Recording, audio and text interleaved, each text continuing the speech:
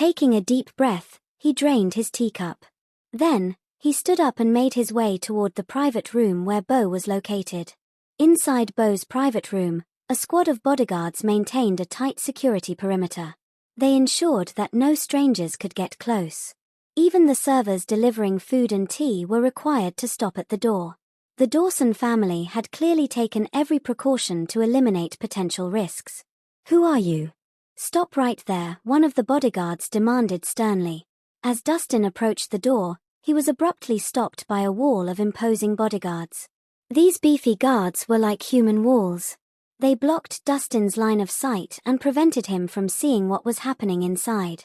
Dustin remained calm. He asked politely, "Is Mr. Dawson inside?" The bodyguards remained vigilant, ready to react to any unusual movements. "So what if he is? Mr. Dawson doesn't meet with outsiders. Please leave immediately." They'd draw their weapons at the slightest hint of trouble from Dustin. "No need to be so uptight. I mean no harm," he reassured them. "Could you please tell him that I'm here to discuss a business matter?" "I believe he would be interested," Dustin requested, attempting to get his message across. "Business?" The bodyguards shared a brief glance before scrutinizing Dustin's appearance. He was a good-looking man, the type Bo usually liked. However, despite his looks, coming from an unknown source might not work in his favor. Meeting Mr. Dawson requires a formal request and identity verification. Once we've confirmed your identity, Mr. Dawson will decide whether to see you. Dustin furrowed his brow, a bit frustrated. "Is it really that complicated?" "Complicated?" The guard scoffed. "Every day, countless people request to see him. If you find it too bothersome, you're welcome to leave." What was this man thinking? The Dawson family was top tier, and Bo was the sole heir. It wasn't just a matter of showing up unannounced and meeting up. "Please inform Mr. Dawson that I have important business," Dustin said, making a polite gesture. "Whatever it is, you have to follow the rules," the bodyguard sternly refused. "Well, I'll just speak directly with Mr. Dawson," Dustin said. "Sorry, guys," he added apologetically. Then, with a swift motion of his hand, a row of silver needles shot out, precisely hitting the necks of several guards. The bodyguards instantly froze, unable to move or even make a sound. Only their eyes were darting around in surprise. "This is an unavoidable action. Please forgive me," Dustin said with a nod. With that, he continued into the room. As he entered the room, a sharp gaze immediately swept over him. It was accompanied by a chilling air that sent shivers down his spine. In the next moment, a black steel blade with a fierce blade aura swung viciously at Dustin's neck. Dustin raised his eyebrows and instinctively stepped back. He narrowly avoided the blade as it grazed his throat, sending a shiver down his spine. The room's door, upon being struck by the blade, shattered into pieces. It left deep marks on the wall behind it. This swift and fierce strike was something only a Grandmaster martial artist could accomplish. The assailant seemed surprised that Dustin had dodged the fatal blow. Just as she was about to strike again, Dustin quickly interjected, "Hold on, I've got business to discuss with Mr. Dawson." Without a word, the assailant swung for a second strike. This time, it was faster, more vicious, and undeniably at the level of a Grandmaster martial artist.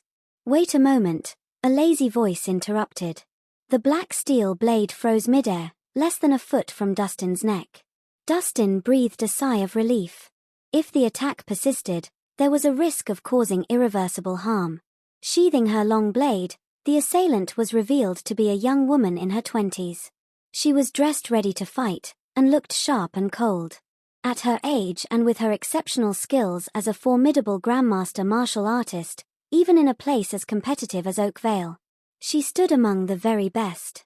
Employing a naturally gifted martial artist as a personal bodyguard spoke volumes about how highly the Dawson family regarded Bo Dawson. "Being able to evade Alara's strike is proof that you're no ordinary person," Bo said as he sat in his chair, gently fanning himself.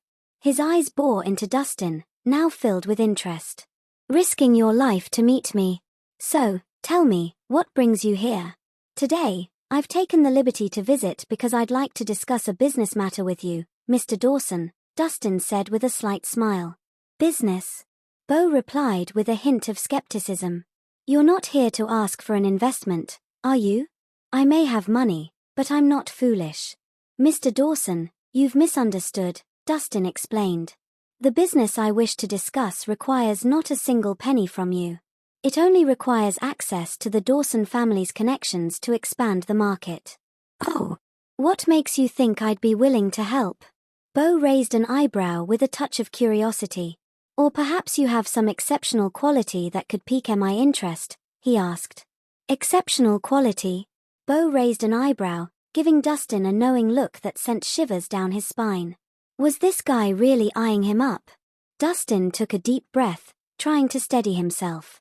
Mr. Dawson, I've heard that the Dawson family has made significant advancements in the field of medicine. He added, well, I happen to have a miraculous topical medicine called Dew Balm. It not only stops bleeding and aids in wound healing but can also remove scars. Once it hits the market, it's sure to bring in a fortune for the Dawson family.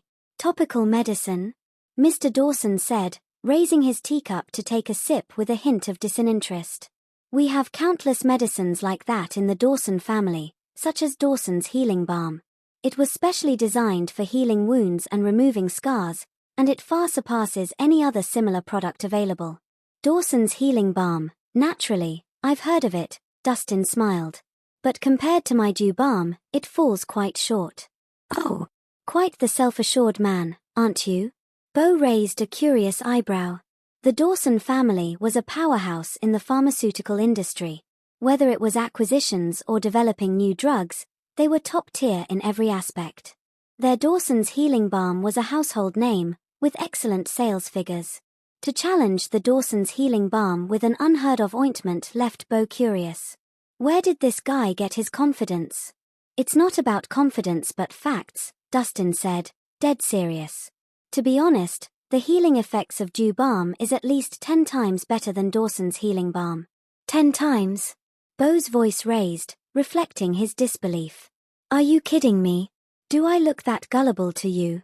Dawson's Healing Balm was already considered the best topical medicine available. Claiming that an unheard-of product like Dew Balm had 10 times the efficacy was nothing short of calling him a fool. Mr. Dawson, let's not be hasty.